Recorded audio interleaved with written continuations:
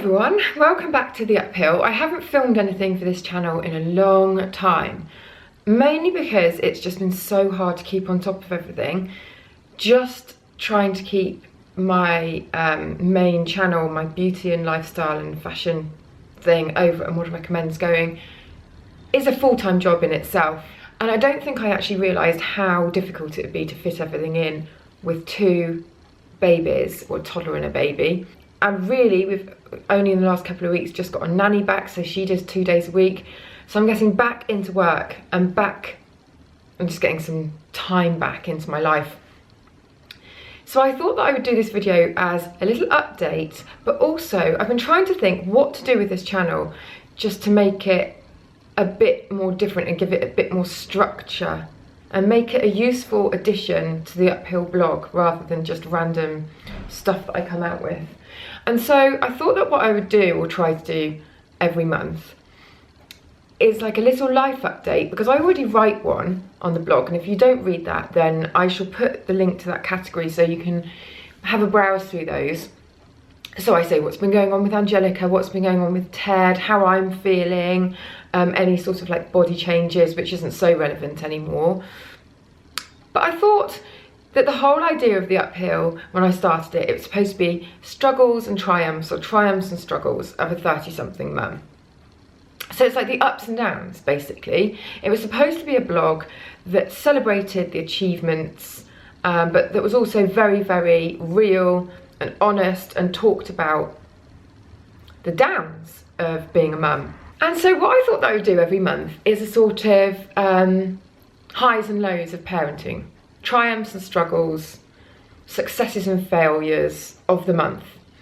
And this is the first one. I'm going to try and do one every month. And it's just going to be chatty like this. So just a bit of background, if you've just joined us, me, I am Ruth Crilly. I run a Model Recommends. I've been doing that for a long, long time. And in the space of doing that beauty and fashion blog, I've had two babies. Tried for a very long time to have Angelica. It's about 6 years, and she's now 2.5. And then Ted came along after, I was going to say one night stand, not a one night stand, after one fun night. We have relocated from near to London to Somerset. So we're in a new house. We've had loads of changes last year. It was a bit of a nightmare year, totally self-inflicted, because I can never sit still and I always have to be doing something, a new project. So that's the background. This month, if you want to fill yourself in on all of the things that have happened in the past, then go to my blog, and I've basically documented everything. So there's loads to read. I'm in the process of rejigging the website a little bit to make it easier to find things that you want to find, but you should be able to read through all of that. We'll start with the highs. Major one. Ted, who has not been sleeping at all, at 11 months is now sleeping through the night, mostly. He's had a bit of a cold and a cough, so that's interrupted things, but he has started sleeping through. If you want to know what we did to get him sleeping through, it was really simple. It's slightly controversial, but I don't see why. It's not, I hate the term controlled crying, because really all we did was, before he was crying, we were jumping straight out of bed, going to him, oh, what's the matter? Do you want more feed? And we were giving him loads of formula through the night. It was just ridiculous. We were basically pandering to every single cry without really listening to what type of cry it was. What we decided to do, which is what we did with Angelica really, is to stop, listen, see what happens to the cry. Is it a cry where they're just like, oh, I've woken myself up and now I'm a bit cross, where they can soothe themselves back to sleep, or do they really want something? It was never like he was hungry. A lot of the time he used to throw the formula back up. And as we know, because the next night after we started doing this, he slept straight through, so he obviously wasn't hungry. It was just like a comfort thing, and we were rocking him back to sleep. It was taking hours. We were literally getting no sleep, and it was starting to affect us really badly. And almost starting to affect our relationship in a way as well, because you're just tired and you hate everybody and you hate each other. So we were waiting, we stopped, we waited. What happens to the cry? And you do this thing where you sort of leave them a couple of minutes, you go in, you see what it is that they want? You know, are they inconsolable? Are they too hot? Are they too cold? Maybe they want some water. But actually, we would go in, pick him up, he would laugh. And it's just that he was used to having that attention through the night, and that's what he wanted. So we'd go in, give him a little bit of a pat, there, go back to sleep after a couple of minutes, and then he would cry again. 5 minutes later, go back in, comfort him, put him back down, you know, shush, shush, shush, be a good boy, go back out of the room, retreat, retreat. And then he would cry again. I would say would, but this happened for one night. It took one night to solve this. And so, I don't know, if this sounds like the kind of problem that you were having, might be worth a try. I've written a whole post about it. The link is below. We had prepped a little bit for this night, and we'd started watering down his feed a bit just to get him used to not eating in the night. He was having most of his calories through the night and not eating during the day. The whole situation was totally absurd. But I think when you're so tired and you're so upset by something, it's really hard to take a step back and look at what you're doing and think, that just makes no sense. What you're doing is illogical and it must stop. But you know, he's 11 months. I'm not talking about small babies here. I'm talking about, he's almost 1.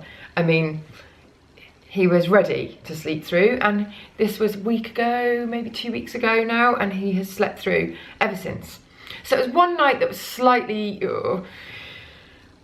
I don't know, not nail biting, but when you're used to just getting up for every single cry and not even letting him cry for 5 seconds, it's quite stressful. So that is main achievement of the month, a total high.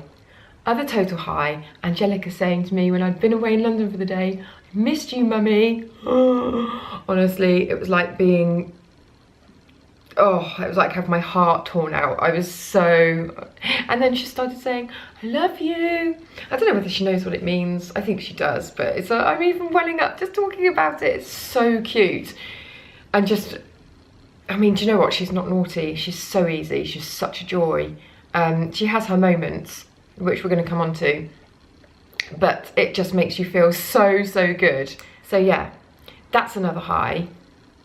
We're going to weigh it with a low, which is Angelica has, although she hasn't done it for the last couple of days, I don't know where she's seen this. I don't know whether it's on a TV programme or a book.